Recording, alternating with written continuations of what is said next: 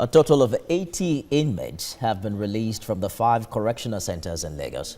The Chief Judge of Lagos State, Justice Kazeem Alugba, granted the pardon at the JIC Taylor Courthouse in Busiri.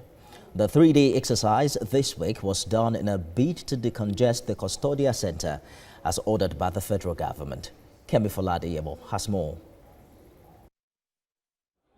The inmates have been in detention for at least 2 years on various offenses, including stealing, fraudulent conversion, joining unlawful societies, and assault. One of them is this man, who's been in custody since 2012 for alleged stealing. He hasn't even been brought to court. I've been given a last chance. If you go and steal again, you will be caught. The Chief Judge interviews each of them to ascertain their cases, and at the end, 80 of them are freed. They include 36 inmates from the Ikoyi Center and 22 at the Kirikiri Maximum Center.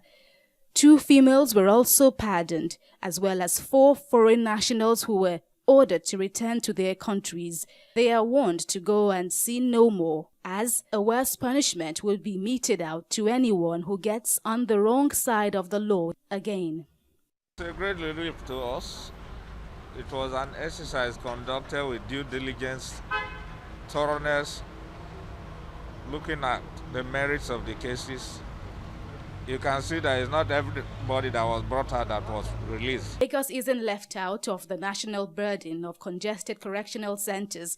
According to the Lagos State Criminal Information System, there are now more than 8,530 inmates in facilities meant to house 4,087 inmates. Out of this, only about 1,100 have been convicted across the 5 custodial centers in the state. More needs to be done to clear the clogs in the justice system, which are responsible for the congestion.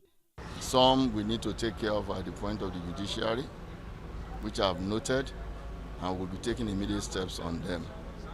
Because if records are properly detailed and kept, things like this will go much more smoother. Also, it became clear that most of those who were released today, I'm prima facie believing their stories, you will find that most of them worked and were not paid.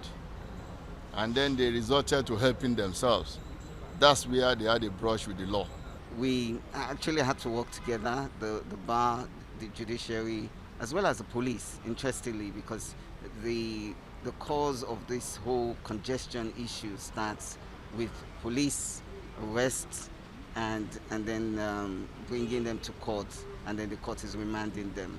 And as you notice with some of what we heard today, some of them don't even have records at the courts. The provisions of section 11. And as normal life beckons, another need is a call for support to aid the reorientation and rehabilitation of these former inmates to keep them from crime.